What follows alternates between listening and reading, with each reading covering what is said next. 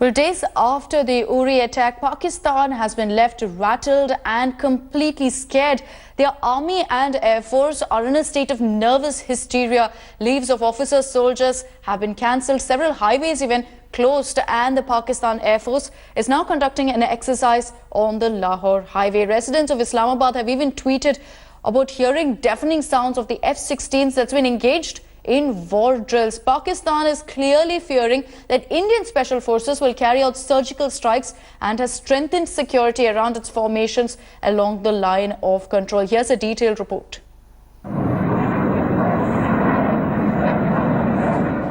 Deafening sounds of jet planes reverberated in Pakistan on Thursday night, forcing people to gather outside their homes to see the military anomaly. A tinge of anxiety spread instantly when the Twitterati sprung into action and started tweeting about what they saw. Soon after, the Pakistani media tweeted about F-16 fighter jet planes flexing their muscles and participating in war exercises. Known journalist in Pakistan, Hamid Mir, spoke to India Today about the Pakistani troops being engaged in war drills. बहुत खौफनाक आवाज़ें जो हैं वो मुझे सुनाई दी, तो मैं परेशान हो गया कि ये क्या हुआ। और वो एक दो नहीं बल्कि इकट्ठे 4 F-16 थे, और वो एक चक्कर लगाया, फिर उन्होंने दूसरा चक्कर लगाया, और फिर ये कश्मीर की साइड पे चले गए, और अभी तक इनकी दूर से तो आवाज़ें आ रही हैं। But the Pakistan government dismissed the report, deeming it as a routine exercise. You referred to some exercises on this side, right, of Pakistan Air Force. They are the exercises in routine actually. These are routine exercises which take place in Pakistan.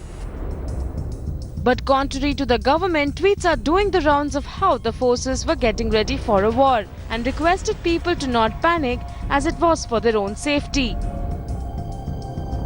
Top sources tell India Today that Pakistan's Army Chief General Rahil Sharif dialed Prime Minister Nawaz Sharif to inform him of a massive buzz over an imminent strike from India. Sources say Sharif told his army chief to respond in full measure.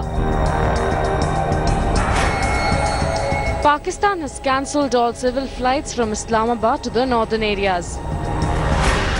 The Air Force also has been placed on operational standby to retaliate very quickly. Pakistan has closed off several motorways that it could use as airfields in the event of conflict with India. Pakistan's nervousness isn't really surprising. A series of humiliations have destroyed its confidence and revealed its desperation. India is in no hurry to jump the gun. For now, Pakistan generally is. With Kaswa Klasra in Islamabad, Bureau Report, India Today. Well, diplomatically, the land of Taxila, one of the greatest learning centre of ancient times, is now host to the Ivy League of terrorism. India hit back at Pakistan Prime Minister Nawaz Sharif's Kashmir rant at the UN General Assembly. Despite that, Sharif, in a meeting with Pakistani journalists in New York, emphasised his stand and called it India's habit to blame Pakistan. Now, India's young First Secretary Inam Gambhir exposed Pakistan's half-truths and absolute lies on Kashmir. She also went on to describe Pakistan exactly as what it is, as a terror state. Let's take a look at India's diplomatic offensive, which is clearly just the beginning. After his unimpressive UN speech wherein he hailed terrorist Burhan Wani, the Pakistan Premier Nawaz Sharif is at it again.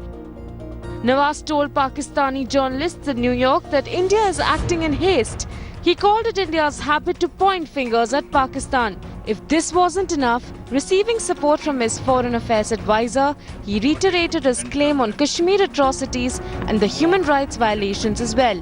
This indigenous uprising of the Kashmiris have been met as usual with brutal repression by India's occupation force of over 500,000 soldiers. It was this statement that dismantled all support from the international community at the United Nations. However, India's sharp counterattack has rattled Pakistan further. State sponsor of terror, host to the Ivy League of terrorism, nuclear proliferation record marked by deception and deceit, global epicenter of terror, diverts aid money for terror. Unprecedented, uncharacteristically strong language by India. Pakistan is a country with democracy deficit. In fact, it practices terrorism on its own people.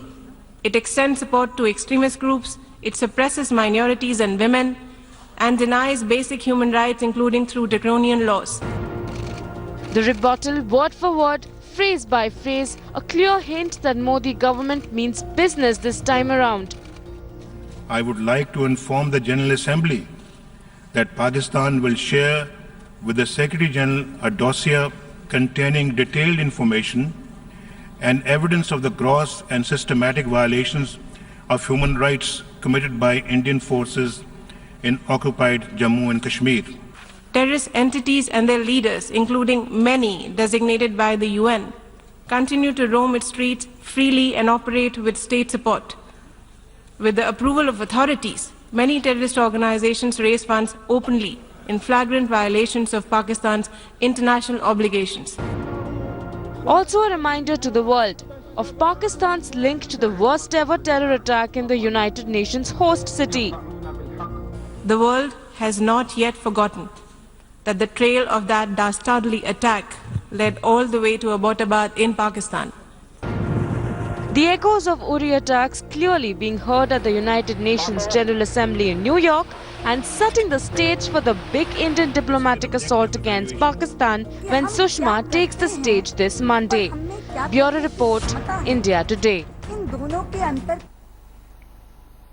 Meanwhile, India and France will ink the Euro 7.8 billion Rafale deal today in the presence of Defence Minister Manohar Parrikar and his French counterpart Jean-Yves Le Drian, who already arrived last night. India will receive 36 Rafale jets, which will come equipped with the latest missiles and weapons system, giving Indian Air Force clearly a cutting edge over Pakistan. The delivery of these fighter jets will start in 36 months and will be completed in the next 5.5 years from the date of the contract.